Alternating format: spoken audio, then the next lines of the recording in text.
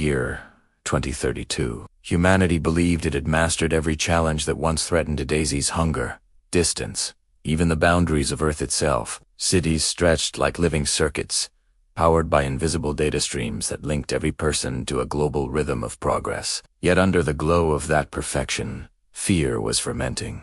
The two largest powers, the Northern Alliance and the Eastern Federation, had spent decades balancing peace on the edge of suspicion. Each accused the other of spying, of manipulation, of preparing for a strike that neither truly wanted. Economies swelled. 10 faltered. Citizens scrolled through comfort while their governments traded shadows. The first fracture came quietly.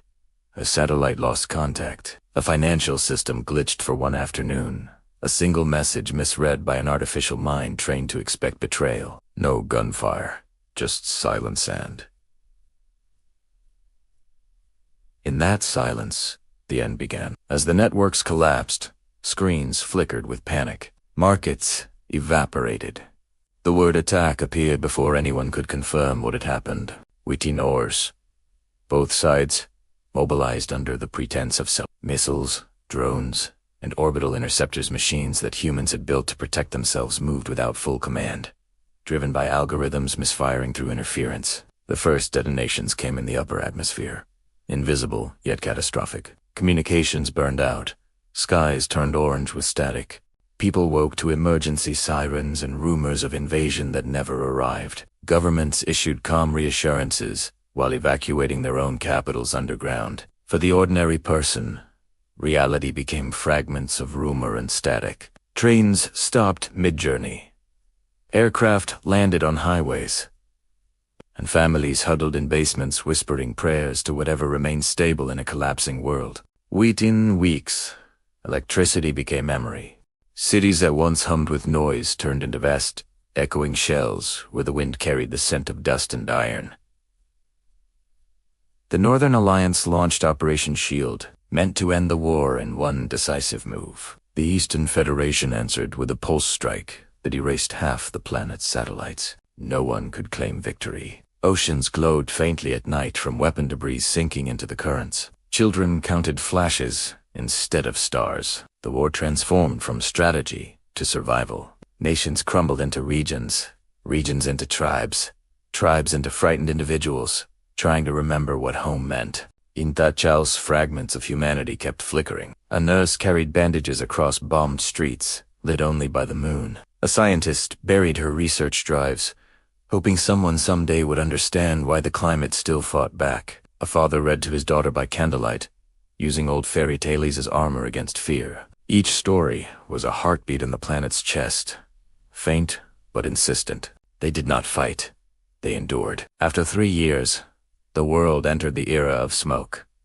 Skies dimmed, seasons blurred, and the war machines simply stopped moving. There was nothing left to fight for. The few surviving networks transmitted one last signal of surrender without coordinates, without leaders, without purpose. Across continents, those who remained crawled out of bunkers and shelters to find a landscape that looked unfamiliar. Forests had begun to reclaim cities.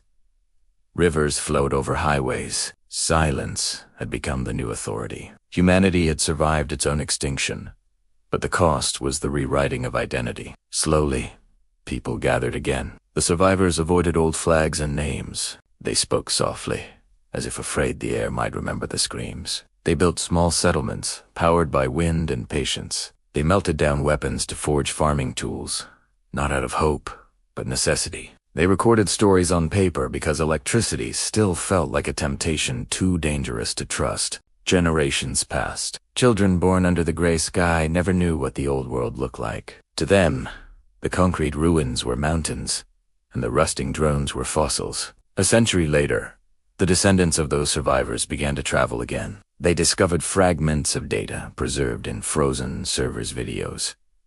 Photos, digital diaries from before the collapse. They watched the smiling faces, the music, the noise, and felt a strange ache that had no name. In those recordings, they saw both the beauty and the arrogance that had brought the world to ruin. And so, a new philosophy emerged. Remember everything, but repeat nothing. They rebuilt technology carefully, blending it with the humility their ancestors had learned too late. There were no nations now, only councils of memory that guarded the old archives like sacred relics. The planet, too, had changed. Where once factories screamed, forests now whispered. Coral reefs returned to seas cleared of oil. Wolves roamed through empty avenues. The earth had healed itself not because humanity guided it, but because humanity had disappeared long enough to give it space. They looked at the horizon and saw both grief and peace woven together. In the last sequence, the narrator's voice softens. The last war, he says, was never the story of destruction. It was the story of transformation. We learned that survival is not victory. It is the promise to live differently. The camera pans over the new world. Quiet villages lit by firelight. Children running through fields where skyscrapers once stood. Rivers reflecting constellations unseen for a century. A woman's voice joins softly. We are the echo of what was lost and the seed of what remains. The wind carries her words into the night as the stars shimmer above. Not symbols of guidance, but reminders of scale. Humanity endures, smaller, wiser, uncertain but alive. The screen fades to black with one final sentence. The earth remembered before we did.